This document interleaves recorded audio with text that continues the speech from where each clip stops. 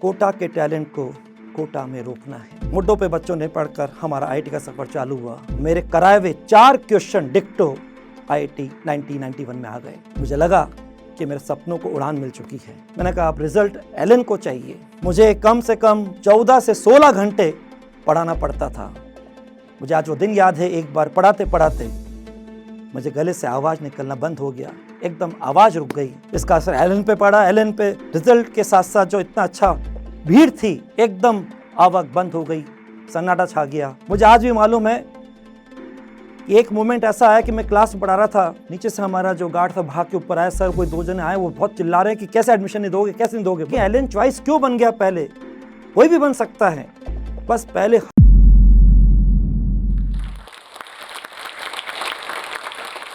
न थके हैं पैर न कभी हिम्मत हारी है, न थके हैं पैर न कभी हिम्मत हारी है, बुलंद हौसला कुछ करने का सफर आज भी जारी है। एलन का सफर जो केवल 4 टीचर्स से और 8 बच्चों से स्टार्ट हुआ, और आज एलन में लगभग 2,80,000 बच्चे और 15,358 लोग कार्य कर रहे हैं। ये एलन की हम्बल स्ट्रगल जर्नी, ये गजब एलन की अजब कहानी कैसे हुई।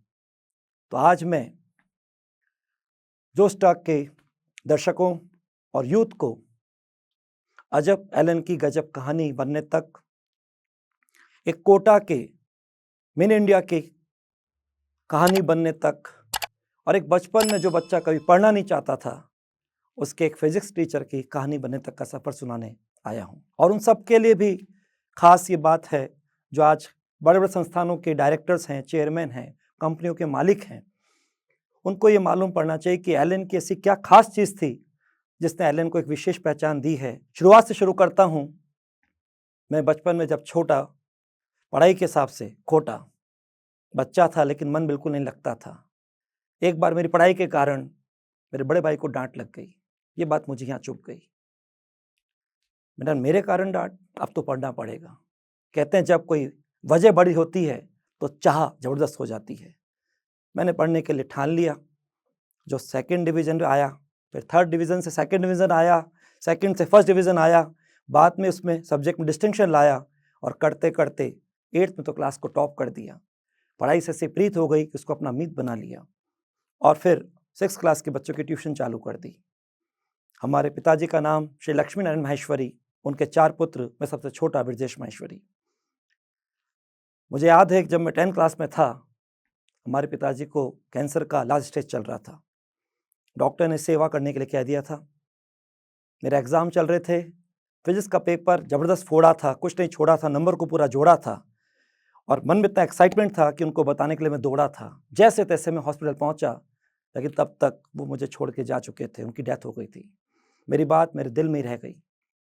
मैंने वहीं उनके सामने अंदर से कमिटमेंट कर लिया कि जीवन में कुछ भी करूँगा तो फिजिक्स में करूँगा, और पढ़ाने उतरूँगा तो सब्जेक्ट फिजिक्स से पढ़ाऊँगा। आगे पिता का जब साया हट गया तो संघर्ष शुरू हो गया। मेरे दूसरे नंबर के भाई राजेश माहेश्वरी ने मैथ्स पढ़ाना चालू कर दिया, और हमारा इंस्टीट्यूट हमारे फादर के नाम पर, उसकी स्थापना हो गई 18 अप्रैल 1988 को। ये नाम एलन कैसे पड़ा?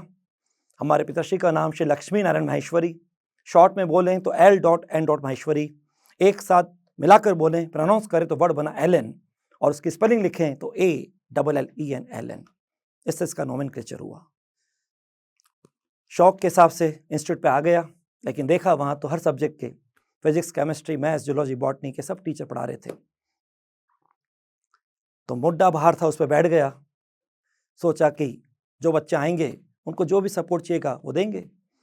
बच्चों ने मुझसे आते जाते बात करना चालू किया। मेरा फिजिक्स और मैथ्स बहुत स्ट्रॉन्ग सब्जेक्ट था, उस पर जकड़ पकड़ थी। बच्चों ने मुझसे उसके डाउट पूछना चालू कर दिए। धीरे धीरे बच्चे मुझको जुड़ते चले गए, पहचान बढ़ती गई, सब बच्चे मुझे पहचानने लगे।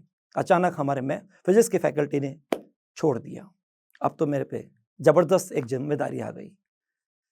यहाँ मुझे अपने पिताजी से किया कमिटमेंट कि लग रहा शुरुआत हो रही है, लेकिन अब मैंने अपने इस शुरुआत को एक मिशन में कन्वर्ट किया, और कुछ अपनी अदालत में कमिटमेंट किया। मैंने 4 कमिटमेंट से अपने एक मिशन की शुरुआत करी, और वो कमिटमेंट नंबर 1, कोटा के टैलेंट को कोटा में रोकना है। दूसरा कमिटमेंट, बाहर से टैलेंट को कोटा में लाना है। तीसरा कमिटमेंट, कोटा को एजुकेशन में एक विशेष पहचान देनी है। और चौथा कमिटमेंट, कोई भी अभावग्रस्त गरीब बच्चे डॉक्टर इंजीनियर बनने से वंचित ना रह जाएं, इसका पूरा ध्यान रखना है, ख्याल रखना है। क्योंकि मुझे मालूम है जब पिता का ऐसा हटता है, अभावग्रस्त होते हैं, बेचारी की स्थिति होती है, तो हालात क्या होती है। उस दर्द को मैं आज भी जानता हूँ, वो बात आज भी मेरे जहन में है। और वहाँ पे सिलसिला चालू हुआ, मुड्ढों पे बच्चों ने पढ़कर हमारा आईटी का सफ़र चालू हुआ।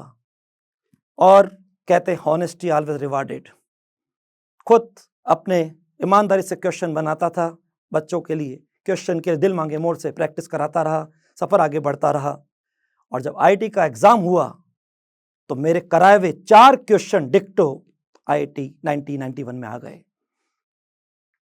बहुत बड़ी बात होती है, इतना आसान नहीं होता आईटी में करा हुआ क्वेश्चन, बनाया हुआ क्वेश्चन आ जाए। एकदम रिजल्ट जो आया वो इतना प्रत्याशित था, 14 बच्चों में से 7 बच्चों का सिलेक्शन हो गया। ये कोटा के आईटी के पहले साल का, पहले बैच का जो टॉप बैच था, उसका रिजल्ट था। ये मेरे सपने से कम नहीं था। मेरे खुशी की आंखों में आंसू चल रहे थे। मुझे लगा कि मेरे सपनों को उड़ान मिल चुकी है। यहाँ मैं एक बात कहना चाहूँगा, अगर ईमानदारी से और खामोशी से मेहनत करें तो हमेशा सफलता शोर मचाती है। यहाँ तो ये रिजल्ट केवल एक फिजिक्स का है, एलन का तो है ही नहीं, क्योंकि एलन पे आईटी नहीं पढ़ाई गई। कमिटमेंट तो किया था कि एलन के लिए कुछ खास रिजल्ट आना है, एलन को एक कोटा के हिसाब से पहचान बनानी है, कोटा को पहचान देनी है। मैंने कहा अब रिजल्ट एलन को चाहिए। उसी समय 21 मई 1991 में राजीव गांधी की हत्या हुई और एकदम हमको जो क्रैश कोर्स लेते थे 45 दिन का, वो हो गया हमको 105 दिन का मिला। और पढ़ाया तो उसमें भी गजब का रिजल्ट आया। एक बच्चे ने टॉप रिजल्ट मेडिकल में दिया, लेकिन ये शॉर्ट टर्म रिजल्ट था। अंदर से एक डिटर्मिनेशन था कि एक लॉन्ग सेशन का रिजल्ट मिलना चाहिए। रिजल्ट आया, क्रैश कोर्स से आया, लेकिन उससे बच्चे बढ़ गए। आईटी का रिजल्ट पहले आ गया था तो उससे इंग्लिश मीडियम के बच्चों का भी मेरे पे विश्वास बढ़ गया। तो एलन पर एकदम इंग्लिश मीडियम के बच्चे भी बहुत आ गए। मेरा बेसिक मीडियम हिंदी था और मैं वैसे ही बहुत सारे बैचेस को ले रहा था, तो अलग से इंग्लिश मीडियम का बैच बना और उसके लिए अलग से फिजिक्स के टीचर को अपॉइंट किया। उन्होंने पढ़ाना चालू कर दिया, लेकिन बच्चों को बिल्कुल डाउट का समय नहीं देते थे। तो मैंने अपनी जिम्मेदारी मान के उनका डाउट भी बताना चालू कर दिया। ये बात उनको बुरी लगी, उन्होंने एलन को छोड़ दिया और अब मेरी जिम्मेदारी आ गई इंग्लिश मीडियम बच्चों को पढ़ाने की। वहाँ मैंने इस चैलेंज को एक्सेप्ट किया, पीछे नहीं हटा और उनको पढ़ाना चालू कर दिया। उनमें से एक बच्चे का आईटी में सिलेक्शन हो गया, लेकिन अभी भी तलाश है मुझे एलन के एक लॉन्ग सेशन में, फुल सेशन में टॉप रिजल्ट की। यहाँ मैं एक बात कहना चाहूँगा कि अगर हम किसी चीज़ को शिद्दत से पसंद करते हैं, एक चाहत लेके चलते हैं और उसमें अगर अपना पूरा जुनून करके अपनी ताकत को झोंक दें तो बहुत कुछ हमारी मुट्ठी में आ जाता है, क्योंकि पूरी कायनात की ताकत हमारे साथ जुड़ जाती है। अब आगे सिलसिला चल रहा है, इंतजार है कि एलन की खुद के रिजल्ट जहाँ पे पूरा सेशन चला हो।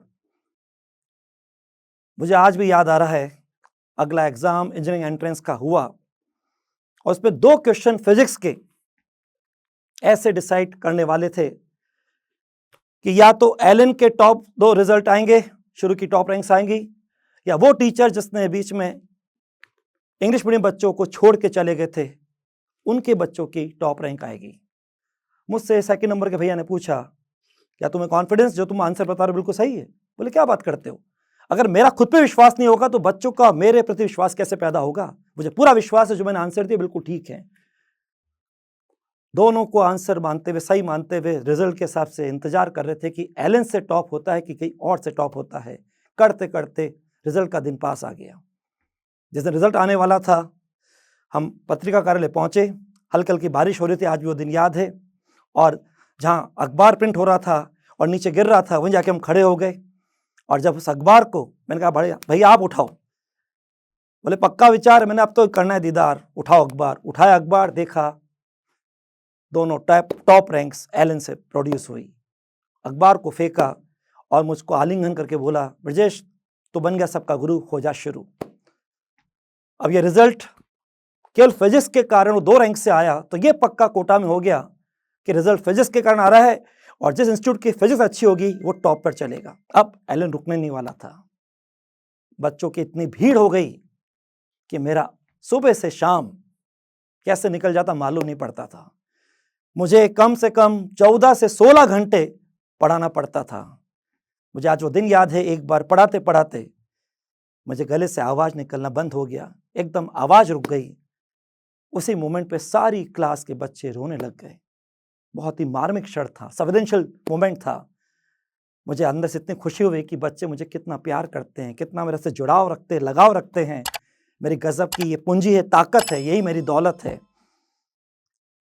लेकिन बाहर के लोगों ने इसको थोड़ा फ़ायदा उठाया और एक भ्रामक प्रचार किया और बोला ब्रिजेश सर के थ्रोट कैंसर है, उनको अमेरिका जाना इलाज करने के लिए। इसका असर एलन पे पड़ा। एलन पे रिजल्ट के साथ साथ जो इतना अच्छा भीड़ थी, एकदम आवक बंद हो गई, सन्नाटा छा गया। मुझे एडमिशन डेस्क पे बैठना पड़ा। वापस से स्थिति नॉर्मल हो गई। वापस से बात मालूम पड़ गई ये केवल अफवाह थी और बात सच है। सच सच होता है एक बीज की तरह, कितना भी छुपाओ एक दिन वो सामने आ ही जाता है। अब यहाँ तो इतने बच्चे हो गए कि हमारी जो किराए की जगह थी वो कम पड़ने लगी। तो इस तरह एलन की पहली खुद की बिल्डिंग गुरु कृपा बन गई। बच्चों का लगातार एलन पर संख्या बढ़ती जा रही है। अब तो मेरे पास ऐसी कंडीशन हो गई कि इतने बैच हो गए, मैं चाहकर भी हर बच्चे को पढ़ा नहीं सकता था। इसलिए मैंने अपने फिजिक्स सब्जेक्ट को 8 पार्ट में डिवाइड किया और 8 टीचर्स को तैयार किया जो मेरे खुद के स्टूडेंट्स थे।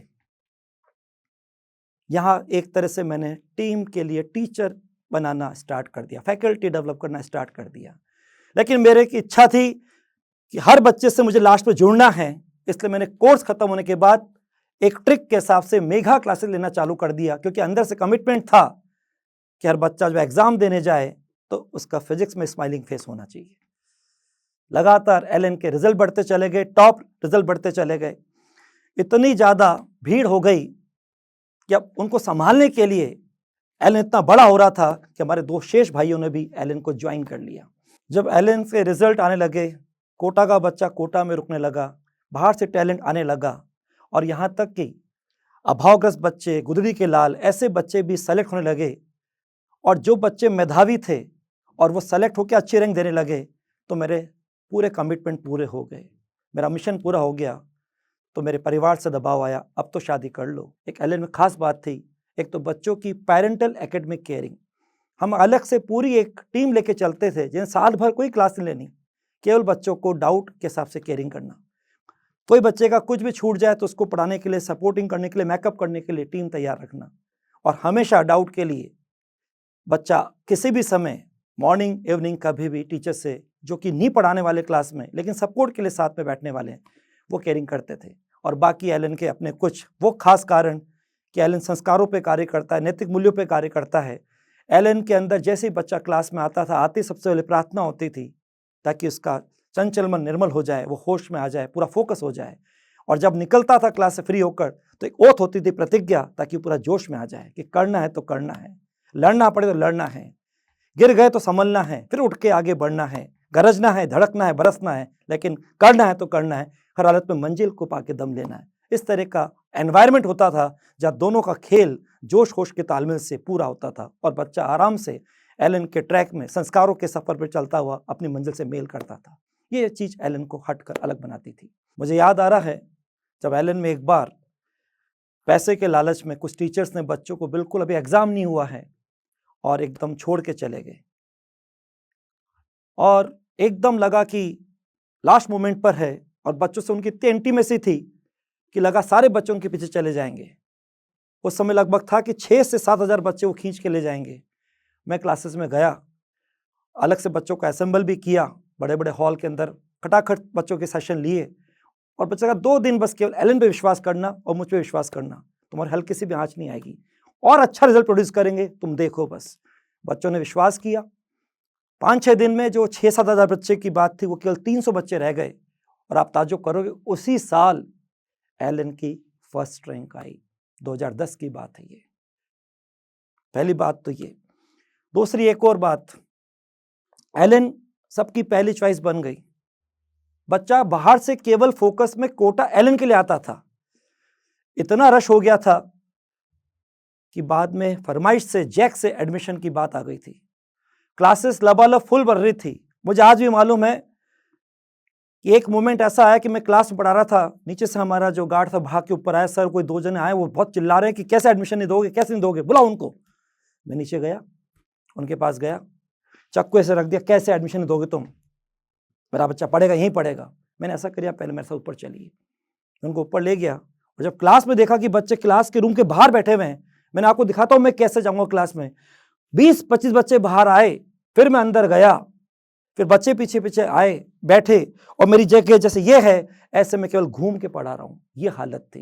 बोली अब बताओ किसको हटाऊं और आपके कैसे बच्चों को बिठाऊं। बोले सर समझ में आ गई बात। वापस हम नीचे ऑफिस में आए, उसने चक्कू को तो डाल दिया, लम लेट हो गया, लोट लगा दी, दंडवत करके मुझे गया। बोले सर आगे से कभी ऐसी बात नहीं करूँगा।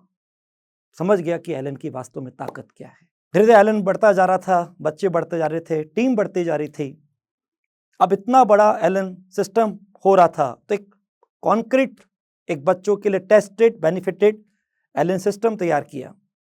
उसमें सबसे पहले जो बच्चे अलग अलग कोने से कोटा आ रहे थे, पेरेंट्स भी साथ आते थे, तो सबसे पहले शुरू में हम लेते थे कैरियर ओरिएंटेशन। वो सिस्टम जो बच्चों पे बाद में अप्लाई होने वाला था, लेकिन पेरेंट्स उसको आंख में सजो के जाते थे। उनको लगता था कि मेरा बेटा अभी भी घर में है, बस छोटे घर से निकल के बड़े घर में है। मैं उस समय जब बच्चे पेरेंट्स के सामने साथ बैठे होते थे तो बच्चों से एक बात पूछता था, बेटा सपना जो भी है इंजीनियर, डॉक्टर, या आपने खुद ने देखा है या आपके पेरेंट्स ने आपको अपने इंटरेस्ट के हिसाब से थोप दिया है, एक चैलेंज के रूप में दे दिया है? अगर ऐसा पेरेंट्स ने किया है या आपका सपना नहीं है तो प्लीज़ अभी चले जाइए पेरेंट्स के साथ, क्योंकि आपका सपना खुद का होना चाहिए। और जब खुद का सपना होता है तभी वो वास्तव में अपना होता है, क्योंकि कोई किसी का कैरियर गोदी में उठा के बना नहीं सकता। और उस समय वास्तव में लगता था कि खुली आंखों से अगर बच्चों ने सपना देखा है तो फिर हम अपना पार्ट ईमानदारी से करते थे।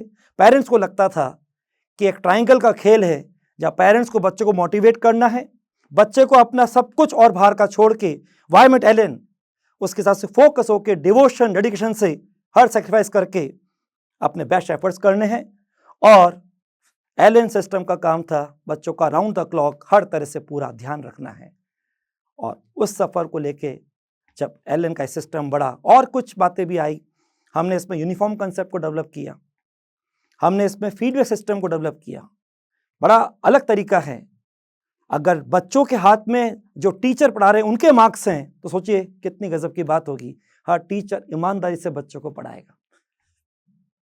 और भी बातें करी बच्चों के लिए। हमने एलन पापा, एलन मेंटर इसको स्टार्ट किया बच्चों के लिए। ओपन सेशन, क्योंकि आगे सफ़र चलता है, बच्चा घर से बाहर निकलता है, कई तरह के चैलेंजेस आते हैं, कई बार नेगेटिव थॉट्स भी आते हैं, तो हमारा एक ओपन सेशन होता था जिसका नाम ही OPEN का मतलब open platform to eliminate all type of negativities. तो बच्चा कितना भी नेगेटिव हो, लेकिन जब वहाँ उसको उस तरह का माहौल मिलता था, मोटिवेशन मिलता था, बूस्टअप मिलता था, एक म्यूजिकल एनवायरनमेंट मिलता था, तो अंदर की सारी नेगेटिविटी जलकर राख हो जाती थी और बोरा पॉजिटिव होके वापस निकलता था, चार्ज होके निकलता था, और उससे उसके आगे पढ़ाई का मोमेंटम अलग तरह का होता था। तो ये बच्चों को संभालने का तरीका था। पढ़ाई तो बच्चों को करनी है, लेकिन एनवायरनमेंट हम देते थे। सफ़र चलता रहा, आगे बढ़ते रहे। धीरे धीरे एलन पे इतने भीड़ हो गई, इतनी टीम बढ़ती चली गई कि अब एलन के लिए हमको बाहर निकलना पड़ा। कोटा में जो बच्चा बाहर से आ रहा था, और कोटा नो डाउट उसका नाम मिनी इंडिया हो गया था, बच्चों के लिए सपनों का काशी, शिक्षा का काशी बन चुका था, लेकिन अब कोटा छोटा पड़ गया था बाहर से आने वाले बच्चों के लिए। हमको बाहर निकलना पड़ा, और 25 साल के बाद एलन ने अपना सबसे पहले सेंटर चंडीगढ़ डाला। केवल हम गए थे किसके लिए? उसी एकेडमिक कैरिंग के सिस्टम को लेकर। हुबहू जो सिस्टम बच्चों के लिए 25 साल में तैयार हुआ था, वही हमने बाहर जो सेंटर खोले, आगे अहमदाबाद, जयपुर, इंदौर, अब करते करते 47 सेंटर खोल चुके हैं, लेकिन वो सब सेंटर हैं, कोई ब्रांच फ्रेंचाइज नहीं है। हुबहू वो सिस्टम जो कोटा में डेवलप हुआ है उसी को रेप्लिका हमने वहाँ इंप्लीमेंट किया है। एलन ने धीरे धीरे मेडिकल में तो पूरी बादशाहत कायम कर दी, और बाकी आज एलन के लिए जो एक छोटा सा पौधा था 1988 का, और आज 2023 चल रहा है, 34 साल के सफर में एक बहुत बड़ा वट वृक्ष बन चुका है।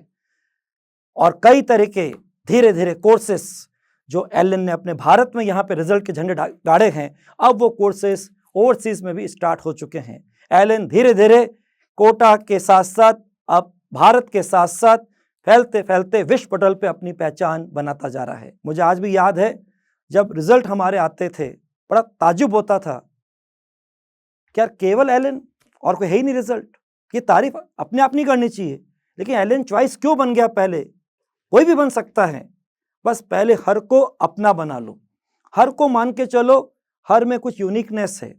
आज मैं एक बात कहना चाहूँगा उन सभी लोगों से जिनके लिए बिजनेस, पैसा सब कुछ होता है। एलन ने अपने आप सब उसको मिल गया, क्योंकि एलन ने कभी इस पर ध्यान नहीं दिया। एलन ने कभी भी इंसानियत, नैतिकता, मोरल वैल्यूज इनसे कॉम्प्रोमाइज़ नहीं किया। मैं तो कहना चाहूँगा काम ऐसा करो कि पहचान बन जाए, आपके चले हुए निशान लोगों के लिए पदचिन्ह बन जाए, और आप अपनी ज़िंदगी को इस अंदाज में जिए कि पूरी दुनिया के लिए आप एक मिसाल बन जाए। जय हिंद, वंदे मातरम।